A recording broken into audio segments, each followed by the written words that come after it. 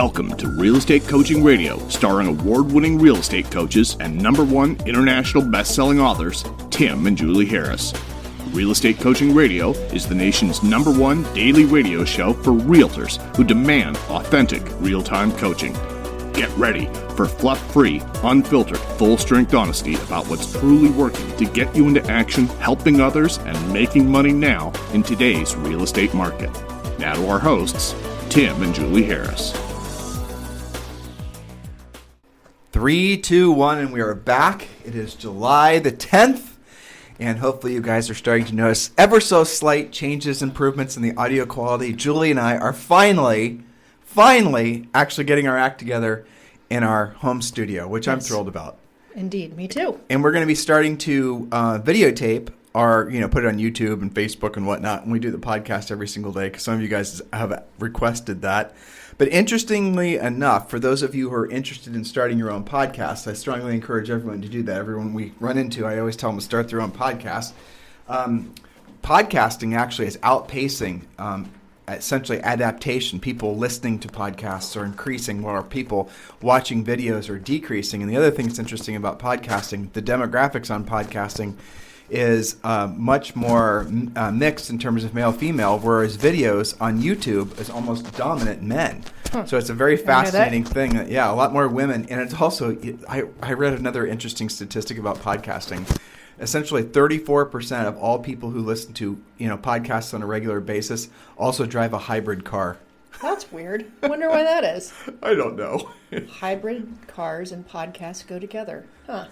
Who knew? Well, that's odd. I wonder what other strange combinations of facts there are. Well, I'll tell you why I think. If you think about it, though, it's the reason because a lot of people a lot of people naturally go, it's because hybrid cars are more expensive. But that's not really true anymore. I think the real reason is because a lot of people take pride almost in being early adapters, right? And so they're going to be early adapters to hybrid cars, though hybrid cars have been out for a long time, but other things too, technologically speaking, those are going to appeal to a certain sort of people that are, I think, knowledge-based. They're always learners, they're lifetime learner types. That makes and I sense. think it all kind of falls in the same bucket. Not saying a guy that has an old pickup truck isn't going to want to listen to podcasts because you're listening to a guy that had an old pickup truck when he lived in Texas. Yeah. And our handyman, who drives several pickup trucks, is a big podcast fan. I think you got him onto podcasts because he's always on a job, listening. He used to listen to some horrible things. But anyway, so we digress. There were a lot of stories that came out today that reinforce what Julie and I were doing our best to also gingerly walk you guys into, which was the reality that the market's going to shift in a dramatic way. And so what we've been paying attention to, because we noticed about 60 days ago a pretty dramatic increase in the number of BPO orders that were coming in from all of the major markets in the country. And if you've not been listening to the series of podcasts that Julie and I have been doing on distressed real estate, we've done 3 or 4. You can just go to iTunes, Stitcher, timandjulieharris.com, or whatever your favorite podcast listening device is. All the articles are there. But the moral of the story is that there's definitely going to be an increase in distressed real estate. Though the way it's going to roll out is going to be different than the way it's rolled out in the from 07 through 09, let's say. It's going to be dramatically different. The manner in which the banks are going to go through the foreclosure process, the manner in which the states are going to go through the foreclosure process. But here's what we're seeing. All across the country, we're seeing all the earliest of early warning signs that we're definitely going to start seeing price depreciation. And I sent Julie a lot of articles today, and I think, Julie, let's just focus on the ones that will basically have that, because Julie and I use this content, then send to our staff reporters, and then they write articles on some of these things and use as references. But the one in particular I thought that was interesting that really reinforces the point was from the OC Register, Orange County Register. Yeah, there's actually 2 of them. Right. Okay, so this kind of goes hand in hand with our podcast this week, where we've been doing what we might call a prequel to what is probably coming. Yeah. And many might ask themselves after, a week of negotiating multiple offers and trying to search for inventory for buyers who are willing to pay full list price, why in the world are we talking about such things? Well, pay attention to this, everybody. There's 2, not 1, but 2 articles. Actually, there's tons of them. These are just the most interesting from the Orange County Register. And I'll read that to you. Orange County home price forecast. Orange County is in Southern California, for those of you who don't know. Home price forecast to drop 5.2%, first decline in 8 years. Okay, so this is from CoreLogic, who is projecting the first significant Southern California home price drop in 8 years. CoreLogic's home price indexes track gains and losses on individual properties. That's a bit different than other benchmarks tied to changes in broader measurements like median or average sale prices. CoreLogic forecast shows the economic fallout from the virus will catch up to its Southern California price indexes by May of 2021. Okay, so this is kind of what we've been talking about. Somewhere between the end of this year and the beginning of next year, perhaps stretching into the spring, we are going to be seeing the long-term effects. And that's exactly what Julie and I, Yeah. you and I have been telling them about. We've been predicting that there's going to be a noticeable change in the market that's going to happen sometime around this time next year. And why were we knowing what we were knowing? Well, experience, obviously. But really, the best way, as we told you, is our canary in the coal mine, which is BPO orders. And what we're seeing are BPO order requests come in for the first time on properties where there hadn't been BPO orders. Now, this is kind of confusing, but I'll do my best to explain it. And Julie, if I screw this up, correct me, okay? So typically what happens through a foreclosure process is that a BPO is ordered. So in other words, the BPO are the boots on the ground. It's the banks, the servicers use agents to go out there and do BPOs, broker price opinions, which are essentially like elaborate CMAs, and they do those at various stages during the default process. Well, and lenders do that because it's more sophisticated than a regular CMA, but it's less expensive than hiring an appraiser every time. And they're required, as part of their servicing agreements with their investors, to do this type of work for any kind of aberration that happens with the borrower. And it could just be, for example, sometimes no one knows for sure. Different servicers have different rules, but there's a lot of reasons to believe that if your credit goes up, or rather your credit goes down, and you have a mortgage, they're going to order a BPO. They're going to try to find out whether there's something going on with the asset, because the bank's job is to basically make sure the asset, which they, are in essence partnered with you on, assuming you have a mortgage, they're wanting to make sure that asset is not being abandoned or not being, neglected. So if it's, for example, if it's abandoned and you're not making the payment, they're going to move forward on the foreclosure process. You're giving them all kinds of green lights to move forward quicker on the foreclosure process versus if someone's still in the house. So again, what we're seeing and what we typically hear from some of our top BPO agents in the country is they'll start telling us that they're getting multiple, like, I did a BPO on this 30 days ago, same property 60 days ago, 90 days ago. And that is a process, that is a house, a property, a condo that's being pushed through the Python, right?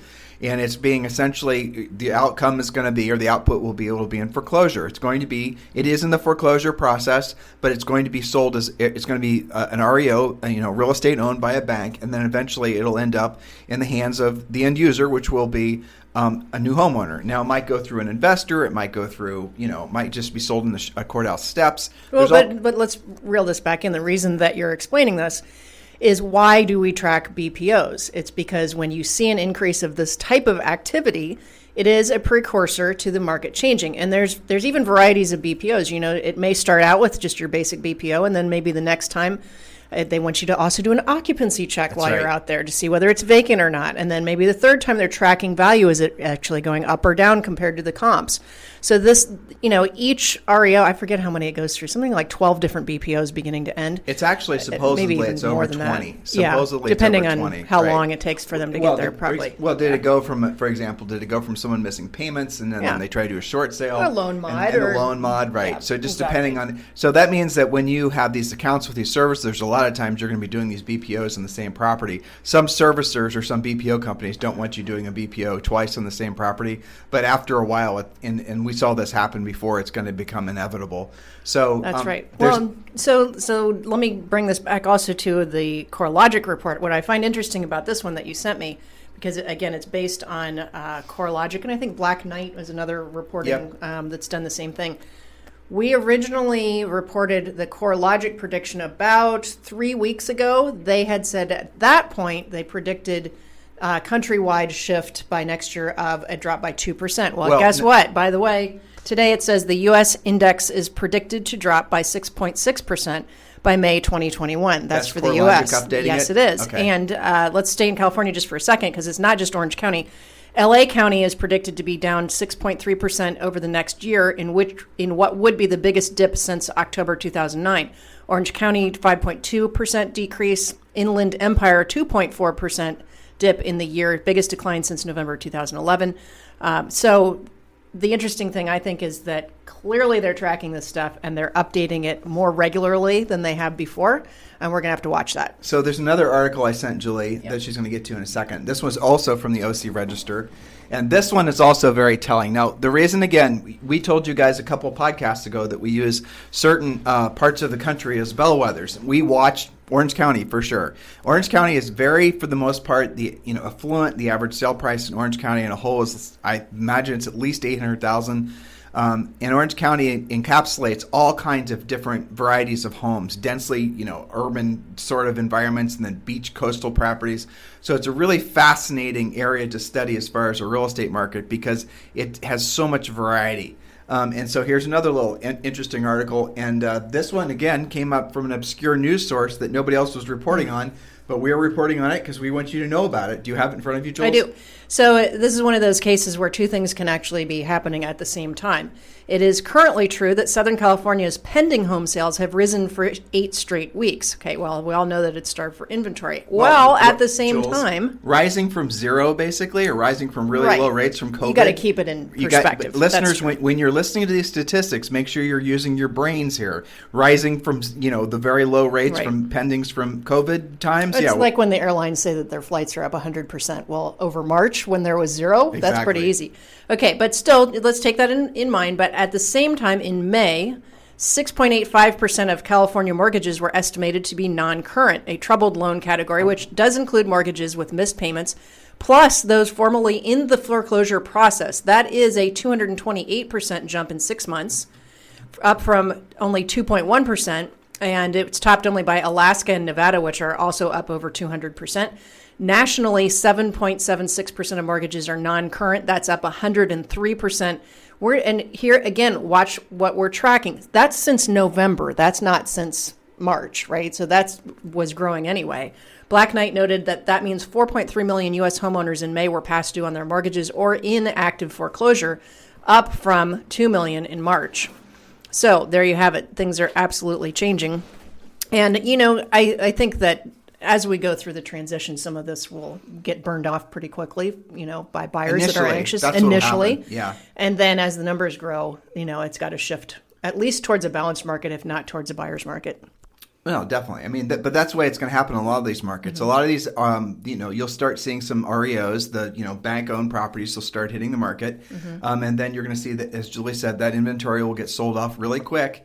And then that cycle might actually repeat itself 2 or 3 times, and everyone's going to feel confident. But what's going to happen every time is the price erosion starts to take place. That's the thing. The price erosion thing is the real snake in the grass when it comes to basically understanding the psychology that's going to be afoot. When people start worrying that they're going to buy something today that might be worth less tomorrow, they're going to be, if they're not mentally and emotionally conditioned to basically see that as okay. For example, you don't expect a car that you buy today to be worth more tomorrow, but people definitely think a house, they think it's an entitlement almost in our country that real estate should be worth more tomorrow than it was worth today. That's just how all of us have grown up. Well, at least, if we forget about the dark ages from 07 through whatever. And I think that's a more prevalent thought this go around than it was going into the recession, because now people know, they know things like you're not going to get evicted immediately.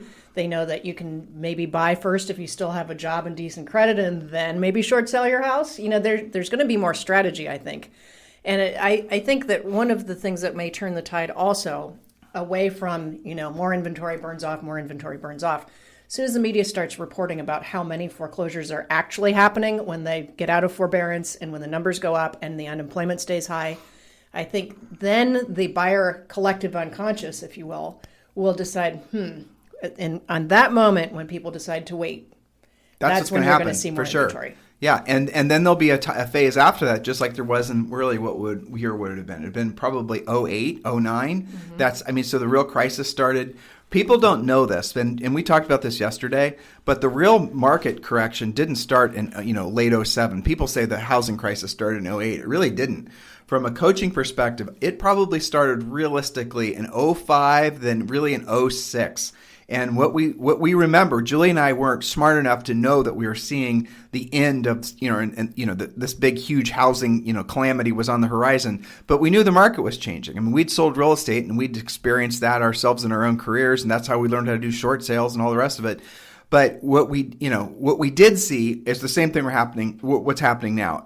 And what we didn't have back then was we didn't have a bunch of essentially intervention, if you want to call it that. And personally, this is where I personally get a little confused, because I'm definitely a free market kind of guy, but I am all for them trying to keep people in their homes, even if it does artificially inflate home values because it doesn't allow all the inventory that would have otherwise been on the market to come to market. I know I'm a hypocrite for saying that, but it's because I personally experienced and I've seen the real emotional long-term damage that comes from people losing a home, and it's devastating. A lot of you guys who are in the real estate market, or maybe not even in the real estate market, may have experienced this or know someone who did. Well, and that was without a global pandemic and the fear of a virus. Imagine losing your house in that environment. It's pretty horrible. So look, I know we're telling you guys it's not certainly motivational. It's not the typical fare from a real estate coach. You guys are used to being, somebody blowing John Maxwell up your skirts and thinking that somehow basically you're just going to channel the secret and all your dreams and wishes are going to come true. But look, I am all for talking about the mindset stuff. Truthfully, it's fun and it's easy, and it requires very little mental horsepower to talk about that stuff. But the truth is it's out of integrity for what Julie and I have pledged to all of you to always be, which are essentially the people that are going to have your backs. And please understand that we are not looking forward to this market that we're, essentially, I think, have correctly predicted. We're not looking forward to it. We don't. I mean, honestly, I hope guys. We're wrong. Yeah, we hope we're wrong, but we know we're not. Statistically, we're not. But yeah. I hope coaching you guys and coaching brokers and coaching all the emotions that go along with essentially a big change like this, it's really hard. It just is. It's very, it's stressful. And yeah, that's what we signed ourselves up for. And we're going to go through it with all you guys again, right? So bottom line is you can adapt. No matter what's coming next to the market, you can adapt. Whatever's happening next with, the lowering of, the falling of prices, or just whatever's happening in politics or the pandemic, you can handle it. And your job is to have the skill set that other people are willing to pay for. That's the tricky part that a lot of you guys get panicked about. So Julie and I are doing these podcasts. We've done 3 or 4. We haven't started catching the arrows yet, but I promise you they're coming. People always like to throw crap on Julie and I when we talk like this, and they say, oh, you guys are just dooming and glooming, trying to sell us something. Am I really? Is something for sale right now? It's just because, you have an REO or short sale coaching program. Well, guess what? We did not wake up when we decided to be coaches and say, oh gosh, I'd love to coach about REOs. Boy, it'd be great to teach people BPOs, right? Yeah, exactly. We did that because you guys needed it, because you asked for it, because the market was handing that to you. Okay, so it's not because of that. But we are here to help you and for you to be flexible. So why are we educating you on this stuff so early? Is so that you can see that it's coming. And on your next listing appointment, where you do a net sheet for your seller and you find that they are not walking away with a huge check, or maybe they're only breaking even, or possibly the only reason they're upside down is because your commission, you've got to be able to say, you know what, it's my pleasure to help you. Let me walk you through what's happening here. Let's strategize what's next for you, instead of saying, maybe it's not a good time to sell, or it's not my cup of tea, or whatever. You've got to say, yes, it'd be my pleasure to help you. Guys, listen, if you're new to Julie and I want you to remember, let's say you've only been listening to us since, and we picked up tens of thousands of listens at the beginning of March when we started telling all of our podcast listeners to look into the different various government lifelines that are out there. We told you guys about the PPP. We told you guys about the enhanced unemployment, mortgage forbearances, all these different things. I'm sure thousands, if not tens of thousands of you or have some financial breathing room. I had someone call me yesterday and thank me. Did I tell you about this? Yeah. Well, he texted me and I called him back. He texted with a question. I called him back. And then he said, before I hung up the phone, he said, Tim, I wanted to thank you because if it wasn't for you and Julie, I essentially would be screwed right now. And it was like $40,000 between, his wife went on unemployment and he had a PPP loan that turned into a grant. So they didn't have enough savings to make it through the pandemic months. And had it been, now, how many people in the real estate industry, when you and I started telling agents to use all these programs, hated on us? It was incredible. I know. And now, how could you coach them to do such a thing? Yeah, but okay. Here's the ironic part. I found this article too, Julie. I thought actually maybe I didn't share this one with you. I didn't. I shared this with Janet. All right, so I'm gonna read this one to you. You don't know about this one. Mm-hmm. All right. Here's this was from. You remember Jeremy Brandt from 1-800-CASH-OFFER? Yes, I know. Isn't that a funny name from the past? Wow. Yeah. All right, so he did some research. This was awesome. He said over 42,840 real estate-related companies in the United States receive Paycheck Protection Program loans in excess of 150,000, with almost 5,000 receiving over $1 million, and 282 receiving between $5 million and $10 million. Real estate-related companies include investors, brokerages, agencies, developers, property management. Surprisingly, 688 applicants listed their entities, independent contractors, self-employed, or sole proprietors. Given every PPP applicant at this level has employees other than their owner, they risk the liability without the protection of an LLC or corporation. The most common entity type used was a corporation. All right, so here's the thing that's interesting about this. On this list, he's listing pretty much all the largest real estate brokerages in the nation, and which have received, and he also lists the amount of money that they received. Now, the reason I'm telling you guys this is because some of these companies, some of these brokers were the exact same brokerages who are really pissed at Julie and I for telling their agents to do the exact same thing that they were doing. And I see some of these names. I know some of these brokers and these office managers. Some of these people, because they were just conflicted or they didn't understand that, office managers who are working for companies whose paycheck was actually being paid for by the PPP program, that the office manager was taking some sort of religious stance against, I mean religious in quotes, and against Julie and I, saying we shouldn't be telling agents to do PPP loans. All the while, the owner of their brokerage was doing a PPP loan just to keep that same broker who was bad-mouthing us for telling him to do the same thing employed. I mean, this is the crazy thing that we're going through right now in this type of era, because you're going to see a lot of people who are trying to essentially hold on to the past and hold on to what they feel is normal. They're going to refuse to adapt and to change. Julie and I do not suffer any of that. When we see something that's going to come out, we're not going to run it through the only filters we run it through is what's best for you guys. That's it. So we had somebody who publicly was criticizing us because of the fact that we were telling agents to do PPP loans, and they thought taking a handout when you can get the money and all that type of thing. They were and they really thought they were on high ground with explaining all this, but they didn't understand essentially the legal, let alone moral obligation that the government had to basically providing those loans to businesses. And by the way, it's going to happen again. There's no doubt in my mind that the pandemic is going to come back. It's going to start shutting parts of the country down. It's not going to be something that people are just going to, brush under the carpet anymore as being a political hot button, though truthfully it does appear that that's how it's often being used. The reality of it is this thing is real. There's going to be more shutdowns, more slowdowns, more whatevers, and it's going to have the counterbalancing effect that the government's going to be doing more PP loans, more EIDL loans, more this, the other thing, and we're going to be telling you guys about all that stuff. And if you missed out the first time, when Julie and I tell you to do it the second time, would you please listen? I mean, seriously. Well, and not just for them, but also to help their clients, their past clients, their leads, people. I hear about all this from our Premier Coaching clients. That they're talking to people who aren't sure how their business is going to go. They took the PPP money, and gosh, it's so great that you told me about it.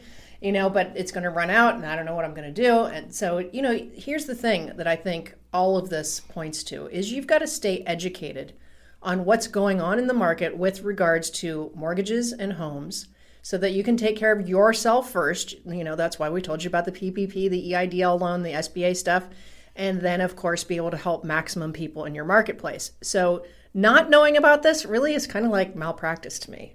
And guys, just to be clear, the list of brokerages that Jeremy... It's huge. That was a lot of research. It is huge. He actually included a link to a spreadsheet. I don't know if you haven't seen that. Yeah, but I have no problem whatsoever with those brokers getting that money from the SBA. I think that was smart. They did the right thing. That was smart business people right there. So moving forward, why are we sort of circling around all the same content? Because a lot of people, and I want you guys to notice this, be smart. When we start talking more about the distressed end of things, that it's inevitably going to come back. Notice how people react to us and have our backs when they do, because they will, and we're going to do it oftentimes at our own peril. Just like we have your backs. That's right. So that's the deal we want to make. And what happens if you don't listen to us? Okay, here, let's counterbalance this. Julie and I are wrong. There is no big market correction next year, which, by the way, there's zero chance that's going to be the case. But let's just say we're wrong. And let's say all these other people are wrong and there is no noticeable market correction next year. So what? You've been over-prepared. You are now more skilled, better educated than you were in the first place to handle whatever changes may have taken place that may not be as severe as a real meaningful market correction. Is that such a bad thing? That didn't sound bad to me. No, that's called plan for the worst, hope for the best. That's right. That's okay. So listen, guys, we do have a coaching program. We do want you to seriously consider joining the coaching program, as the coaching program is going to keep you way ahead of the curve on all of this stuff. We have a very robust short sale REO and BPO aspects of part of those programs. And the ones in particular, we have RSD, which is real estate, the REO designation. We have the short sale designation. All these designations you get for free as part of the Premier Coaching Program. And these are things that are recognized by servicers or lenders. And it's something that basically you have to pass a test before you can say you're an RSD, for example, or you say you're an ASD, for example. No, but this is real training. I forgot to mention on yesterday's call, the BPO section. Coach Rochelle, who runs that, just did 9 new videos. So you're awesome. Getting, a step-by-step education. Because, it can be intimidating, your first BPO, and you look at the order, you're like, how am I supposed to do this? Well, we walk you through step-by-step. It's, once you've done them, it becomes a lot more simple. But she just did a new update yesterday of that. So do you remember, awesome. Julie, when we started doing the short sale training? Mm-hmm. Do you remember how... I remember the first time we did a big short sale call, there were probably 600 people on the webinar. And I remember that the number one question we had, which was hilarious, is what is a short sale? I know. And I here we are talking about all this stuff, and I'm assuming all these guys know, and I know that they don't. So just to basically encapsulate it, a short sale is where the bank will allow the house to be sold for where the bank is taking a loss on the property. And if done correctly, that you can have, if done correctly, the seller will not have, they can obviously avoid a foreclosure, and the hit to their credit isn't that bad. And in some cases, believe it or not, they can buy within 6 months after having done a short sale. If done incorrectly, their credit is ruined, the short sale never happens, essentially the house will be first into foreclosure, which, there's all kinds of mistakes that can be made if you're not properly trained. So the moral of the story is you do not want to be stuck in a situation. This is what Julie and I keep on hinting towards, because this is when most people actually decide to take action learning what they should have already learned, is when they're, essentially facing down the grizzly bear that you should have been prepared for with your grizzly bear spray and maybe your, your shotgun. Yep. But whatever you go after a grizzly, I think the best thing to do when you go after, grizzly bear is just curl up and die, basically. So exactly. Use your bear away spray. Use your bear away spray. Yeah, or run. But okay, so it's because we don't want you to be preparing for a listing appointment, doing your CMA, doing the math on it, knowing what the seller owes, knowing what the market says the house is worth, and then realizing there's a good chance. And by the way, you should always know what the seller owes. And you should always do a net sheet prior to going to the appointment. But then realizing that the seller's upside down, and realizing there's no way the seller's not upside down. What are you going to do? I'll tell you what most agents will do. They're going to go there. They're going to deny that they know what they know. They're going to just deny. They'll also be tempted to overprice it. And that's what they're going to do. They're going to overprice it, and then it's not going to sell because the market won't pay it. The seller won't, the original listing agent who kind of, lied to get the listing won't then have the skill set to get the price down. They won't know how to explain to the seller how to do a short sale. And then that seller's basically going to be having missed most likely payments, and then we'll be that much closer to a foreclosure. So do you guys see the point of understanding how to solve people's problems professionally now, opposed to trying to learn on the job? Do you understand why it's important that you get ahead of this market? Because here's the counterbalance to this. And this is a lot of our coaching clients experience. You're going to go on a listing appointment. You're going to know that seller's upside down. You're going to probably be competing with, slimeball agent who just told the seller an inflated price to try to get the listing. Mm-hmm. You're going to show the seller that what you're telling them this is the truth about the price. You're going to, have done a professional CMA, which we show you how to do. And then you're going to explain to them how they can do a short payoff, which is not a short sale, or they can do a short sale. And you're going to then walk them through the whole entire process, how it works. And imagine how much more confident that's going to make you. All right, so we just got interrupted, but now we're back. So what I was trying to explain to all of you guys is the confidence that comes from knowing how to solve a bunch of different people's problems is a type of confidence that's going to change your life. And you're going to feel so much more frankly proud of yourself, because you know there's going to be very rarely a situation where you're not going to be able to help somebody solve a problem, and that problem is going to obviously be being in an underwater house. We focus primarily on working on the seller side of things because, frankly, working with buyers in this market is easy. It always is easy in the sense that, you never have to look for buyers. But in a market like what we're entering into, the buyers are going to come out of the woodwork as well. They always do. No matter what is going on with interest rates, no matter what's going on with anything in the world, there always are buyers for homes, provided the houses are priced correctly. And that's the beauty, by the way, of short sales. By the way, that's the beauty of owning or listing distressed property too, is you have something that, generally speaking, is going to be priced correctly. So these are all... Yes, a lot of these agents don't know, and this is why they freak out and overprice sometimes in these situations that are a little bit short. Guess what, guys? When you do a short sale, your commission is paid by the bank, okay? We forget that they don't know some of these things, right? I know. And so you have a motivated seller, which we all love. If you have to choose sellers, we want them motivated because, they'll do what you ask them to do. They'll price it in such a way it'll sell so you can solve their problem. And when you're selling REOs, you also have a motivated seller who is the bank, okay? And you also have your commission protected. So these are all good things. I think sometimes agents that have not dealt with that before and they look at the numbers, especially as the market's changing and the seller's not severely upside down, that's where, I've already had conversations in Premier where people are like one price reduction away from it being short. And then they let it sit, and it racks up days on the market because they're afraid to have that conversation. Well, again, and this is the bridge. Yeah. This is the hard part. That is the hard part. What we're entering into collectively in the real estate industry right now is the hard part. Unless you've been in one of these markets that it's been in a, very defined buyer's market for quite a while, Manhattan, a lot of the East Coast, you're going to go through, and you can cause, really, guys, the pain that you feel through as we're all crossing this bridge together, how long it takes for you to cross that bridge, it's really 100% dependent on you. If you're one of these people that basically wants to start, ebb and flow, start and stop, well, let's wait and see if Tim and Julie are right. It won't happen in my market. Mm-hmm. The prices will never fall. This is never going to happen. There's never blah, blah, blah, blah. If you're one of those people, it's going to take you a long damn time to cross that bridge. And by the time you get to the other side of the bridge, you're going to realize that so many other people have crossed before you and are already basically way further, along the path, further up the path than you, because you tried so desperately to disbelieve that your market was changing. What's the point of thinking and acting like that? Well, and they're going to do that. They're going to have a lot of confirmation bias because they're going to say, well, my last 3 deals, they sold right away, so it's not happening here, haven't seen it, until it does. And you have one, and that'll be your outlier, and you'll say, well, that was just a unique situation. So a lot of people think that essentially this change happens slowly, and the most meaningful change always happens what feels like an instant. And then time passes, and you look back on it, and you realize that essentially canary in the coal mine. It was happening, and you just weren't paying attention. And the reason maybe you weren't paying attention is because, frankly, you weren't educated enough to know what to pay attention to. These are the types of things that happen. Like when people say the housing correction crash started in 2009, I promise you it didn't. It started 3 or 4 years before that. When they say, for example, well, how could we have known about the pandemic? Guys, there's been, some sort of COVID that's creeped up in, China. And Julie, did you read that there's some like bubonic plague or something? Yes, I did. Yeah, I saw that. Coming out of China too, wasn't it? Yep. Good Lord. So have you guys heard that? Do you guys even know what the bubonic plague is? Maybe you should, Google that and find out what that is, because supposedly that's boiling up again. Not trying to freak you out, not trying to be doomy and gloomy, making a point. Many of you are you essentially are, you're stuck in your own golden cages, and you don't pay attention to what's going on much outside of your golden cage.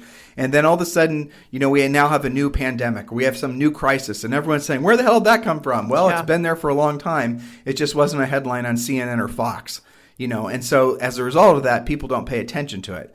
As a business owner, hell, guys, as just someone who's going to hopefully be, self-reliant, you have to be minding your own store. And in order to do that, you got to be really careful about who you listen to. And the real estate industry is the absolute worst about protecting agents. It's the worst. You guys, look, I just, the irony of so many of these brokerages basically who are telling agents not to do PPP loans all the while they were doing them themselves. Mm-hmm. I think that's exactly like what's going to happen this go around. and so get ahead of it. Be realistic. Be a BPO agent. You'll know what's going on. Yeah, exactly. You have to have your own gauge. So like when you're driving your car or your truck to your next appointment, is somebody calling to tell you that you need to go get gas, or are you monitoring your own situation? You've got to watch your own stuff here. And that means be a BPO agent. Well, at the very least, it's going to give you an edge on the rest of the market. It's sort of like you should not see that. It's taking your temperature. It's washing the gas tank. What's going on? You guys should absolutely all be doing that. It should be required. You should not see that as an option or something you're thinking about. You just have to do it. Yeah. Because it's going to give you an amazing opportunity to know what's happening next in the market. And then obviously it's going to get you a foot in the door with a lot of the companies. Then we'll be able to sign you REOs. So what we're going to start talking about, not every single podcast, obviously, but we're going to start giving you more and more factual information to reinforce the idea that the market is going to change. But when it changes, and my point being that the biggest changes always happen in what period that people feel very protracted. Like, oh my gosh, one day it was this, the next day it was that. Like here's another, for example, the pandemic. People were talking about the pandemic all the way back of November of 2019, but here it is. What was it, the beginning of March, Julie's birthday practically, the 12th and the 13th, right? All of a sudden, the pandemic and everyone was taking it seriously, and people were like, where the hell did that come from?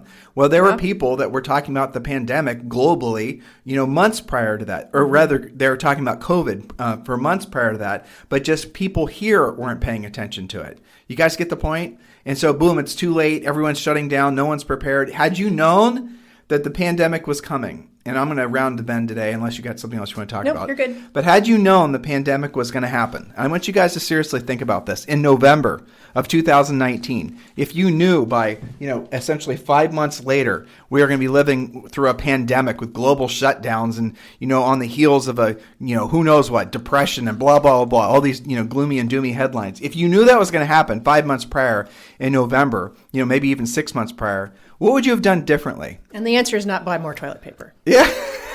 Well, maybe one answer might be that. But yeah, no doubt. Yeah, but seriously. But what would you have done differently? I want you guys to seriously answer that question. Had you known the pandemic was going to happen at, say, the beginning of fourth quarter in 2019, what would you have been doing differently in preparation come March? No, seriously. Don't just sit there and say and laugh at Julie's joke. Think about what else you would have done differently. What would you have not done? There's a fun question. Yeah. What would you have not done? What would you have not basically wasted your time and your money on? Right? And here's really the ultimate question. What do you wish you would have done? Right? What would you have done to be prepared? But now what would you have specifically have done? I know what you guys are all saying. Here's what you're saying. You're saying, yes, I would have bought more toilet paper. Mm-hmm. You're probably also saying, yes, you would have prepared your family more. But I guarantee you all of you are saying you wish you would have prepared yourselves financially more, right? Of course. Yep. Had it not been for the government bailing you out and hopefully you took advantage of these programs, as you should have, and you will maybe have the opportunity to do again. Had the government not bailed all of you guys out, what would have happened to you and your families? How much money did you have saved? Most people have $400 saved. Most people have no months of retirement. Most people's savings comes from the idea that they can borrow against their HELOCs, or they can borrow against who knows what. That's where most people's savings is. It's not in cash, which is amazing. Here's a little fun fact. Wells Fargo secretly, quietly, privately made it so that, and I know some of you won't be able to relate to this, and I get it. And Julie and I sold normal price houses too, but here's an interesting little tidbit. If you have a $1 million house, or a house that's got $1 million of equity in it, and you want to refinance it, right? Let's say you just want to refinance it into a new mortgage, and it's a non-conforming jumbo loan. In other words, it's above Fannie, Freddie Mae, whatever. You have to have $1 million in assets on deposit with Wells Fargo for them to give you $1 million loan on an asset you already own. I want you to think about that for a second. Now, if that is not a exact, if that doesn't scare some of you, oh, Tim, what are you talking about? I live in Columbus, Ohio. My house is $300,000. Hey, listen, they did the exact same thing to HELOCs back when 07, 08 rolled in. They were shutting people's HELOCs off. They made it so that people literally couldn't borrow money against the HELOC that they had against their house, and these these people. Those weren't new ones; those are existing HELOCs that were shut down. And they had the banks, once they start realizing that we're going to definitely have some sort of slowdown, and the politicians can't then stop the banks from going into protection mode. The first thing they're going to do is they're going to shut off the flow of money. They did it before; they're starting to do it again. They did it 60 days ago? Do you guys remember that when they started doing all those overlays on mortgages? They're going to do it again. So if you want to know what's going on in the market, watch what the lenders are doing, because they have entire departments that are risk management guys that study this all the time, and they say, oh, no, it's getting too risky, we're going to pull back. And so here's the funny thing. The bank said, the Wells Fargo said, well, we just have so much demand for mortgages that we just wanted to slow down the demand. But the reality of it was... You've never known lenders to do that. I know, it's bullshit. Right. But the reality of it is they basically decided to make it so that they would have less risk. So if somebody with $1 million house wants to refinance, what they're doing is they're taking their financial liability, the house that might depreciate, and they're basically passing that potential grenade with a pin pulled off to the bank. So if you have a $1 million house, let's say it's worth $1.2 million, and hell, I got 20% equity, I'm good. Give me $1 million against that house, and the bank would have said, sure, here it is, and then here's your $1 million, and you've taken risk off the table and passed it off to the bank, because then if basically 6 months, 12 months later, the house is worth what you owe on it, and maybe it's depreciated, and you then bail on it, you keep that $1 million, you keep that money. Right. And that's what people did last time. It was called buy and bail. Okay? And there's going to be more of that. It's going on now, too, because the rates are so low.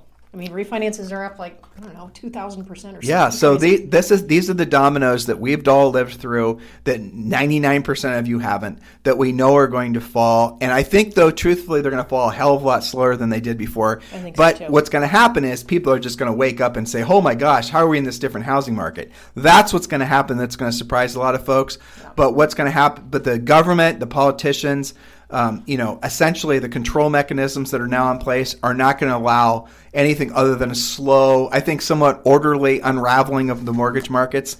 And you're going to see forbearances being used more. You're going to see the states politically essentially not allowing foreclosures to happen. What was that article title you sent me? How to avoid another big housing crash. Lenders need to mitigate, not litigate, was the headline. So I think we'll see some of that. I think a lot of it will be unavoidable because of unemployment, but I think that it'll be stretched out definitely further. And I think different markets will be hit differently as well. So you're saying to yourself, some people would say, well, that's a good thing, right? Not really, because what that's going to do, it's going to make a real estate correction, whatever form that will be and however severe it will be, who knows, but it's going to make it last longer. So whenever there's all this intervention, what happens is that it creates a false market where you could essentially be buying a house, let's say, on a street, and maybe no foreclosure notices or default notices were filed on the half the houses where the people aren't making payments. That happened in Las Vegas. That happened in California. There were a lot of people that were tracking the bank foreclosure activity specifically in California last go around, and what the banks weren't doing is filing their notices of default. So people were missing 3 and 4 payments, but the banks weren't filing notices of defaults. Why weren't they doing it? The theory was the banks weren't doing it because if they filed the notice of default, then on their balance sheet they have to call it a non-performing asset, which then essentially made the bank look that much closer to being insolvent. Right. So every time they put somebody into official foreclosure, that's less money that they are allowed to lend out, which means that they delay it as long as possible, reporting-wise. Why wouldn't you? Yes. You want to keep making loans. Now, we are going to tell you about all this stuff, and we don't want you to be fearful. We don't want you to overreact. We don't want you to, have anything other than this prevailing thought. No matter what direction the market goes, you can thrive. And I realize that it's going to require a lot of learning, maybe a lot more learning than you can possibly imagine, but it is going to be necessary because so few people will do it. By people, I mean real estate agents. We'll actually take the effort to become masters of this new market. You'll discover that it's actually easier to find people to help and easier to make money because you have fewer people that have the skill sets necessary to compete in this new market. That's I true. don't say that celebrating that fact, Nope. but I just say that based on fact. because that's what's going to happen. So if you're smart, you're going to start tuning into what's going on and tuning out all the stuff that's essentially trying to lead you to believe that you can't kick some serious ass in whatever comes next as far as a changing market. Any closing thoughts, my dear? I did have the thought earlier today, we joke about saying thank you past so-and-so for, having it together. And I was kind of joking with myself that, thank you past Tim and Julie for knowing about short sales, REOs, BPOs, and all the rest. And I thought, it's kind of annoying that I guess before I thought I wouldn't need that again. I had hoped and prayed that, that we could just like put that book in the bookshelf for a while, and that's just longer than history. Longer than 10 years. Longer than freaking 10 to 12 right. years. Oh my goodness. So I was kind of being annoyed with thank you past Tim and Julie for a minute. Yeah. Because, geez, it's going to be an adventure. But to your point, you've got to get into curiosity, as Howard Brinton used to say, get yourself into curiosity, study this, because it's going to make you a better, stronger business person and a better, stronger agent or broker ultimately, because you'll know how to do more things. If the only way you know how to sell real estate is in a hot seller's market, I know that seems like that was a long career and all, but that really was a lot of luck. That's not how normal markets it's hilarious, work. though. I mean, I remember when you and I were at that Howard Brinton conference, okay? And, Julie and I are Howard Brinton stars. You guys don't know who he is, most of you. But there was, in the day, being a Howard Brinton star was akin to basically having, Queen Elizabeth, make you a knight or make you a duchess or something, right? I mean, it was a really big deal. So Howard was the originator of a lot of the current, zeitgeist about teams and marketing and branding. And so just to put that in perspective, all of the stuff that Howard Brinton was teaching went all the way back into the early 90s when Julie and I discovered him. And, everything that came after that, including the Keller Williams books and all the stuff that you guys think were the originators of all this thought. No, it all came from Howard Brinton. Every single bit of that originated with Howard Brinton star power. Mm-hmm. All right. So I remember being at one of these conferences, and Julie and I were one of at the time, probably only 60 or 70 stars. And maybe it was only 40. I don't remember, right? Yeah, I honestly don't remember. We were the youngest ones at the time. I do remember that. We were in our 20s. And I remember walking in the back of these big halls, these conference rooms where, 2,000 people. Howard would have these tables set up. And the tables were set up so agents could show off all their marketing and branding. Remember, I told you guys, none of these things that you guys think are new.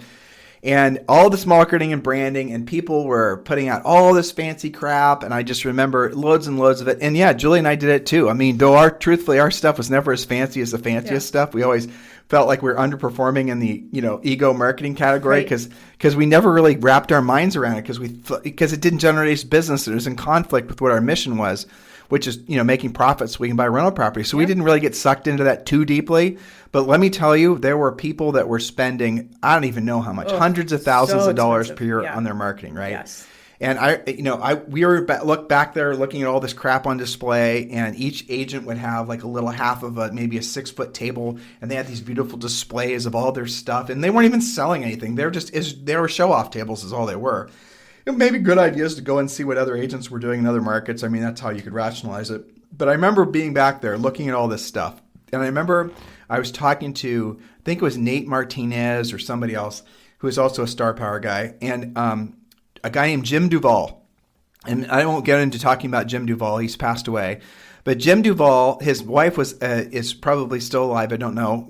Wonderful, wonderful people. Her name was Mary Ann Duvall. And they were honest to God billionaires. Not from selling real estate, but long story short, essentially a lot of the fundamental financial training that Julie and I got and applied to our own life and what we teach you guys to do, we got from Jim Duvall, because he informally took me on as a bit of a coaching client. He just sort of called me randomly, or not a coaching client, but sort of a mentor. He just sort of called me out of the blue occasionally. And how many of you get, cold called by a billionaire just randomly out of the blue? So I never knew he was going to call, but I always had questions I was going to ask him when he called.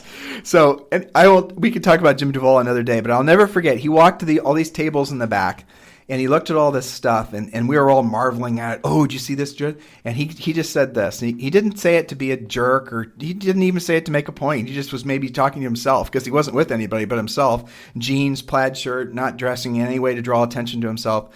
And he goes, "You can always tell when the market's really hot. Agents spend all their money." That's right. That may have been an exact quote, but it was exactly like that. And so then he just turns around and walked away. And that. and most people didn't even hear what he said, but I thought about what he said. And because Julie and I had no reference, right? We hadn't been in the business long enough to know what the hell he was talking about.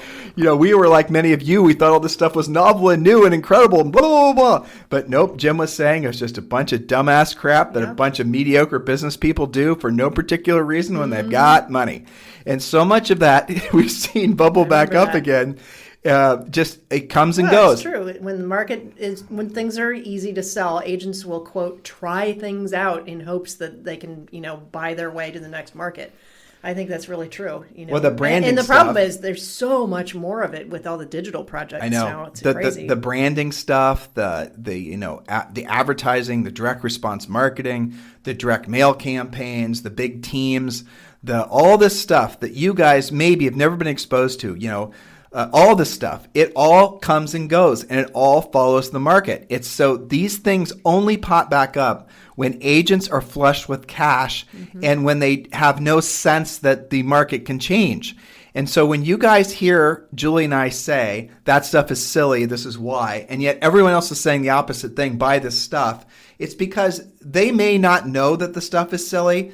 I'm saying with quotes, but they probably do, but they just don't have anything else to sell you, so that's what they're going to sell you. And when Julie and I say, these things are not where you should be investing your time and your money, it's because as soon as the market changes, the agents who were spending their money on that stuff, they go away. They're out of business. They're the first to go away. They're the first to go, right. The agents that are centers of influence and past clients base, they're the ones that, hold out for the longest, hoping and praying that things return to normal, but they go down the hardest because they never learn and adapt.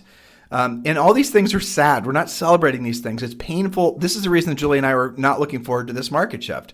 Because we say these things, and how many of you guys are actually listening? Let's say 15 or 18,000 of you listen to this podcast, which is normal, right? So how many of you are actually going to do something with this? How many of you are actually going to slow down and take a real hard look at how you think with regards to real estate? How many of you right now are listening to what Julie and I are saying, and you're saying, well, intellectually that makes sense, but I'm just not ready for that message? Well, okay. Why? Why are you choosing to procrastinate the inevitable? So what you're going to see, and notice, pay attention, what you're going to see is all the companies, all these bright and shiny, tech companies with all these bright and shiny ideas that came up in the last 12 years most of them are going to go away. Some of them are going to go dormant, but most of them are going to go out of business. And they're going to fall fast. They're going to fall like dominoes. I mean, does there need to be 17 CRM companies? Hell no. Right. I mean, does there need to be another geo-marketing company, even though geo-marketing really doesn't work? No. Okay. I mean, does there need to be 14,000 branding companies? What is a branding company? What does that really mean? Do you guys even know? Or are you just assuming that branding is something you have to do because everyone said for you to do it? Well, here's what branding really is. Branding is something that you spend money on in hopes that somehow it's going to, basically make you have it so that consumers perceive you as having experience. Branding is something that you're sold that you need so that you will then basically think that somehow magically buyers and sellers will choose me over someone who has legitimate experience. As if they even pay attention to that stuff. Right, exactly. I mean, seriously. The best branding tool there is a sold sign. Hell yeah. Always been, always will be, sister. That's right. No doubt about it. It's funny. I remember a conversation. And no, she's not my sister, just for the record. Yes, we are from Ohio, but no, she's not my sister. I remember a conversation we had with Rory that, we got the sold sign thing, and he was on us one day about, you need to make sure you always put pending and in contract and then sold. He's like, that's advertising in the neighborhood. And, he's right, because people absolutely pay attention to that stuff. And so what does that go back to? You can't have a sold sign in the neighborhood if you don't have listing skills. So that's, Yep. And how many of you just today on the way to get your pandemic pancakes or whatever you were doing today, how many of you just today drove past a FSBO or drove past, several expired or houses that are about to expire? Yeah. How many of you noticed or even knew about the notice of defaults in your geographic area? How many of you even are paying attention to the protracting days in the market? How many of you guys get the point? You guys understand where we're coming from? You see how we're so very different than everybody else that's out there? This is the reason Julie and I have been in this business forever, because we tell you guys the truth. We tell it to you even when it frankly, it would be better for us financially not to tell you what we tell you. It would be a lot easier. It would be a lot easier. And if we were just to tell you to buy branding and do marketing and form a team, like if we just did everything else that everybody else does, it would be much easier because we would be constantly being reinforced by the same messaging that everyone else is doing. By telling you guys what we know to be the truth, we actually do it at the cost of our own profit. We do, honestly. That's the way it works. How many people listen to what Julie and I say? Maybe they're like Julie, maybe they marginally like me, right? So there's some qualities about us that they like, but they don't like our message. So they're not only going to reject us, they're basically going to maybe even flame us because they don't like what we're saying. It's more than one, I promise you. And it's even going to get more intensified because we're going to always tell you guys the truth. No matter what, how loud people try to shout us down, we're going to tell you the truth. That is our moral obligation. And guess what then? We're hoping you replicate that and you understand that that's the only way to be in life. And then you're that way with your customers. That's right. You're that way with your family. You're that way with yourself. You're that way with other fellow real estate professionals. So you can truly be a leader. Anything else you'd like to say, Julie? Well, I think it's called integrity. Yeah. Right? So, and that does have longevity, and that's better than any branding you'll ever buy. So that's my thought. So get into curiosity, study your own market, study your own trends, know what's going on. And if you don't know how to handle something, you know where to come for help. That's why we have coaching. That's why we have the podcast. So, don't stick your head in the sand and think it's just going to blow over. I know everything's hot and heavy right now, but that is unsustainable in the current conditions. So, it's okay. We'll be here with you, just like we were last go around. It's going to be fine. We're going to keep you guys concentrated on your next step in your own 3-foot world, but we're also going to help you focus on the horizon. We're not going to do one at the cost of the other. We're going to balance it out so you guys can be prepared. So there it is. If you guys need us for anything, you can text me directly at 512-758-0206. Oh, by the way, thank you for continuing to make Harris Rules, our book that came out a year and a month ago, a bestseller. And yes, the audiobook version is available. I listened to it. The guy who the publisher hired to read it was fan-freaking-tastic. Yep. I'm so glad Julie and I didn't have to do it because he was so much better than we would have been. It was awesome. Yeah, it was unbelievable. So definitely get the audiobook if you don't want to read. Otherwise, get the book. It definitely is great. It's absolutely designed for this market. It's designed really for any market, but you guys know where we're coming from. If you've been listening to us for a long time, our heads are never in the clouds. We're always drilled down and focused. We're practical. We're tactical. We're focused on helping you always remember your highest and truest purpose on this planet is being of service to other people. And the more you wrap your arms around that, the more profit you're going to make. So if you guys need us for anything, feel free to text me directly at 512-758-0206. In the meantime, you guys have a fantastic day, and we'll talk with you on the show tomorrow. This program has been a presentation by Tim and Julie Harris, Real Estate Coaching.